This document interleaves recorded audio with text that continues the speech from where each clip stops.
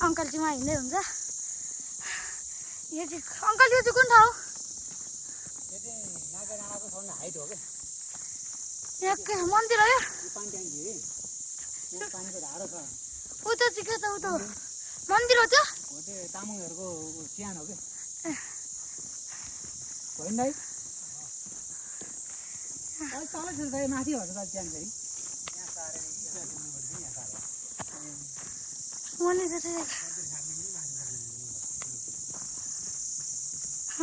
बाटो फेरि मिटर धारा हो यो। बाबु चाहिँ पानी हाल्यो हुन्छ कस्तो उता तलको ट्याङ्कीहरू हो राम्रोसँग त्यो पेट दुखिरहेको डायरिया होला त्यही।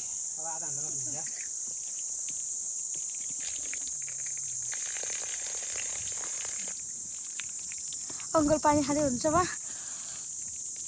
बाबाहरू गइसक्नु भएछ।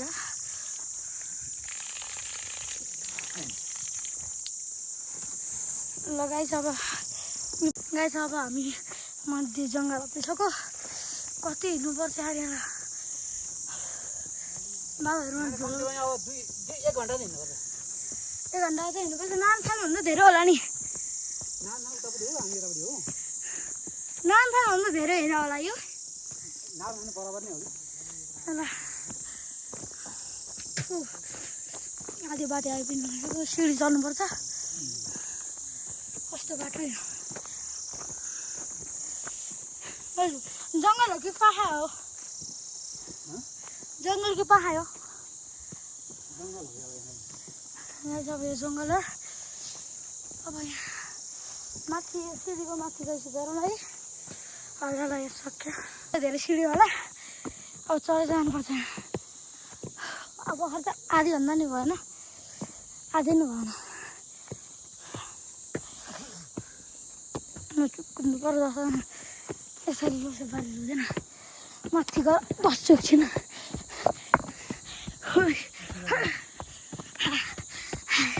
खुट्टा दुख्छ मेरो। भएर चाहिँ म माथि पुगेर बस्छु होला। माथि पुगेर हिँड्छु। अङ्कल आउँदै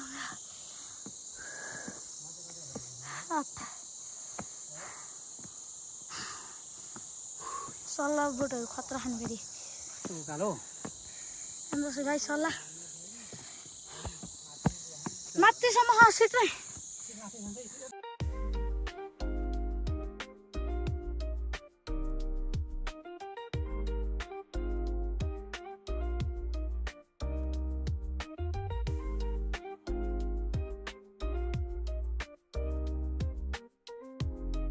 हाम्रो यहाँ वनमा यत्रो ठुलो ठुलो रुख छन्। तपाईँहरूकोमा छ कि छैन भन्नु कमेन्ट भनिदिनु होला है। बाटो फेरि यस्तो कस्तो बाटो है मरिदिनु त यस्तो यस्तो खतरा खाने यहाँ मैले झन् लडाएँ म अलिकति परेको पनि सुन्नुलाई कहीँ चाहिँ क्यामेरा तल झन्डै खसेको यो हो नि यहाँ तल खसेर मान्छे खल्ला। तपाईँलाई नै आउनु भने भन्नु है म आटो झन्दिन्छु ढुङ्गारका जानु मुलाएर भन्नु है। मुलाएको त्यो गुम्बा जाने जान्छ सिँढी आउनु त्यहाँदेखि मुल डाँडा मलाई त मुल डाँडा हुन्छ।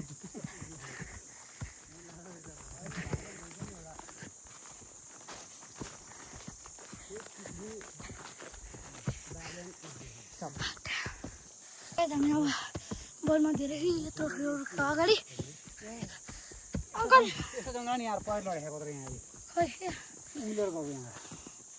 बाटो चाहिँ कसले बनाएको भयो फेरि? पहिलो लडेको गाई चाहिँ तल पुग्यो अन्त कति सुगा हाल्यो यार। ए तलको त्यो त मुलाडाबाट अनि हाम्रो बाटो तल ट्याङ्कीमा यसले पुऱ्यायो। गाइज हेर्नु ल अब हामी आधी बाटो पुग्यो होला है अङ्कल। चोरन्डा आइपुग्नु होला अरे उता उस होइन उताको त्यो डो बाटो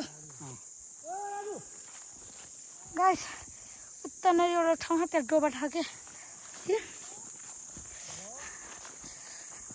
ए बाटो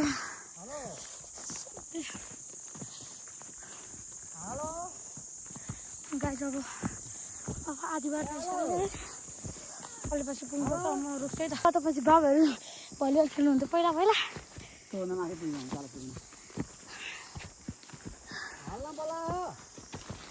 आजकल हिँड्नु पर्ने हिँड्दा हिँड्दै मेरो खुट्टा बिर्सेको अलि बाटो भयो अलिक गाह्रो भएको पछाडि ढोक मान्छेले दाउरा बोक्ने आउँछ डोको एकदम डालोमा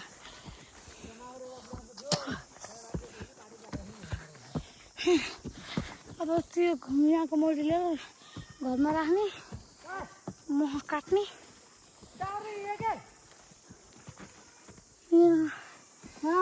अङ्कलले सोध्दै ग्यास मौरी पुग्ने ठाउँमा अब हामी मौरीको स्थानहरू पुगिसक्यो हौ हेरौँ होला यहाँ कस्तो काँडा आयो यहाँ यहाँ त गाइस काँडा निकाल्छ है कस्तो बाटो यहाँ मजाले खलिरहेको छ बाबाजी कहाँ हुन्छ अरू सोध्नु त बाबा यहाँ हुँदैछ ल गाइस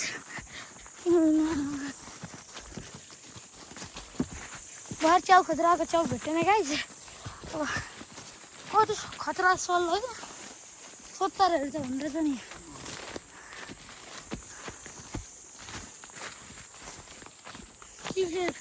चिफेर फेरि सल यस्तो हो सोत्तरहरू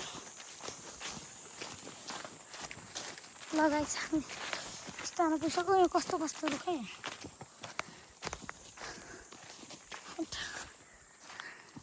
घना जङ्गल छ यहाँ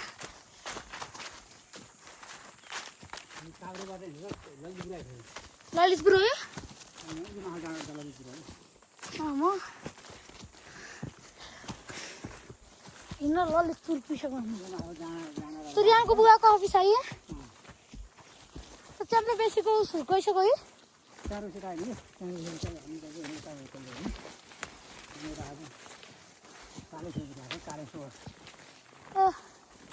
तपाईँहरूको मामा पनि होइन तुरियानको मामा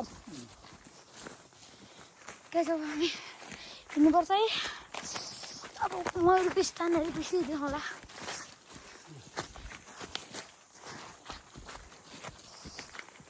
बजारले कति खनेको हेर्नु नि गाइज पहिला कति घाँस काट्न आउँछ अहिले मान्छेहरू आउँदै आउँदैन नि हट गाइज अब म मौरी पछि मौरीको ठाउँमा गएर जान्छ है बाटो यहाँ खिच्न मिल्दैन क्या बाबाहरू भटिसक्नु भयो हेर्नु हट कता आएको यहाँ हुन्छ बाटो फेरि झन्डै लडाउनु गाइस फेरि म एकदमै पहिलोचोटि आएको यो जङ्गलमा चाहिँ